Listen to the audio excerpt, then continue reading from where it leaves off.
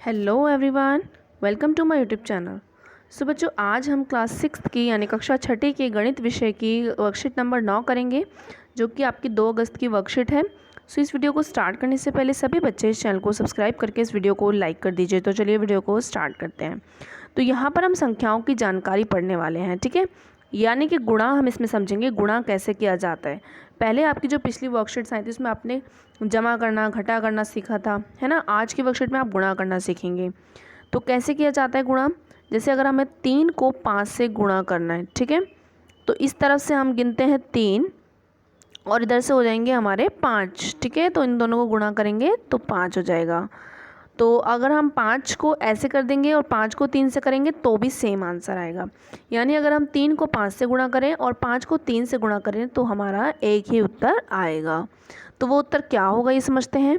3 को जब हम 5 से गुणा करेंगे तो क्या मतलब बनता है इसका, यानी 5 को 3 बार जमा किया जाता है इसमें, ठीक है। तो आपका आ जाता है 15। इसी तरीके से 5 को 3 से गुणा करेंगे तो इसका मतलब होता है 3 को 5 बार जमा करना, ठीक है। तो ये आपका आ जाएगा 15। तो गुणा ऐसे किया जाता है, ठीक है। अब गुणा होता क्या है इसको समझते हैं। तो गुणा का आप मतलब क्या कह सकते हो कि बार बार जोड़ना, या फिर गुणनफल भी कह सकते हो, या से कह सकते हो, बाय, ठीक है, कितनी बार कह सकते हो, और गुणा कह सकते हो। तो गुणा के इस तरीके से बहुत सारे मीनिंग हो सकते हैं। तो गुणा के बारे में एक बहुत ही रोचक तथ्य आपको बताना चाहती हूँ कि पहला हो जाएगा, अगर कोई संख्या शून्य से अगर गुणा की जाती है तो गुणनफल हमेशा 0 ही आता है, शून्य ही होता है। अगर आप किसी भी नंबर को 0 से गुणा करते हो तो आपका आंसर 0 ही आएगा। दूसरी चीज़, किसी संख्या को अगर आप 1 से गुणनफल करते हो तो स्वयं वही संख्या सेम आ जाती है, ठीक है। अगर आप 2 को 1 से गुणा करोगे तो 2 ही आपका आएगा, यानी सेम आ जाता है। तीसरी चीज़ ये है कि अगर किसी संख्या को आप 10 से गुणा करते हो, 100 से करते हो या 1000 से करते हो, तो आपको वो सेम नंबर लिख के, संख्या लिखकर उसके पीछे उतने ही 0 लगा देने होते हैं। जैसे अगर आप 23 को 10 से गुणा करोगे तो यहाँ पर आप 23 सेम लिख के जितना यहाँ पे शून्य है उतने ही शून्य लगा दोगे, यानी एक शून्य लगा दोगे तो ये आपका 230 बन जाएगा। इसी तरीके से यहाँ पे 456 लिखा हुआ है, इसको आपने 100 से गुणा करना है।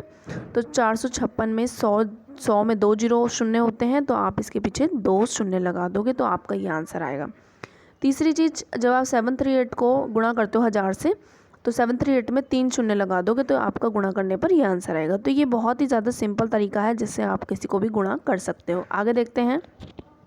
तो इन चीज़ों को हम एग्जाम्पल से समझते हैं कि प्रश्न 1 में आपको बोला है कि 123 को आपने 321 से गुणनफल इसका ज्ञात करना है, ठीक है। तो पहला कुछ जाएगा, आपको 123 ऊपर लिखना होगा, 321 नीचे लिखना होगा। उसके बाद उन दोनों को कर देना है गुणा, ठीक है। तो इस तरीके से आपको ये गुणा करना है। आगे देखो, प्रश्न नंबर 2 में आपको बोला है कि एक व्यक्ति का जो मासिक वेतन है वो 2625 रुपये है, ठीक है। यानी एक महीने की सैलरी जो है वो उसकी 2625 रुपये है। और उसकी वार्षिक आय क्या होगी, यानी साल भर की उसकी इनकम कितनी होगी। एक महीने कितनी है, साल में कितने महीने होते हैं, 12 होते हैं। तो आप इसको 12 से गुणा कर दोगे तो आपका आ जाएगा 31,500 रुपये। तो व्यक्ति की वार्षिक आय जो हो जाएगी वो हो जाएगी 31,500 रुपये। तो आइए ब्रेन टीचर में इसके प्रश्नों को सॉल्व करते हैं। पहला प्रश्न दिया हुआ है, ज्ञात कीजिए, यानी इनको गुणा करने पर क्या आएगा ये आपको निकालना है। तो चलिए प्रश्न 1 का उत्तर मैं आपको बताती हूँ आपको कैसे करना है। तो प्रश्न नंबर 1 जो है उसका उत्तर ये हो जाएगा, जब आप 562 को गुणा करोगे 0 से तो आपका आंसर जो आएगा वो शून्य ही आएगा। किसी भी नंबर को, किसी भी संख्या को शून्य से गुणा करने पर शून्य ही आता है। उसके बाद आपको इस नंबर को 8741 को गुणा करना है 1 से, ठीक है। तो किसी भी नंबर को 1 से गुणा करने पर वही उत्तर सेम आ जाता है, ठीक है। तीसरा जो है आपको दिया हुआ है क्वेश्चन कि 546 को गुणा करना है 100 से। तो मैंने आपको बताया कि सेम संख्या लिखने के बाद जितने शून्य यहाँ होंगे ना उतने ही लगा देंगे। तो 2 शून्य लगा देंगे तो गुणा करने के बाद ये आएगा। चौथा जो है वो आपको दिया हुआ है 541, इसको गुणा करना है 1000 से। तो 541 के पीछे 3 शून्य लग जाएंगे, तो इस तरीके से ये गुणा हो जाएगा। आगे बढ़ते हैं प्रश्न नंबर 2 की तरफ। उसके बाद दूसरा प्रश्न आपको दिया हुआ है कि 4851 को गुणा करना है आपको 254 से, ठीक है। तो उसको गुणा करने पर क्या गुणनफल आएगा, मैं आपको इसका आंसर बता देती हूँ कि आपको कैसे करना है। तो यहाँ पर देखो, हमें 4851 को गुणा करना है 254 से, तो आप इस तरीके से कर सकते हो, ठीक है। तो ये आपका गुणनफल आएगा, यहाँ पे ये आपका गुणनफल आएगा। तो ये हो जाएगा आपका उत्तर नंबर 2। आगे बढ़ते हैं प्रश्न 3 की तरफ।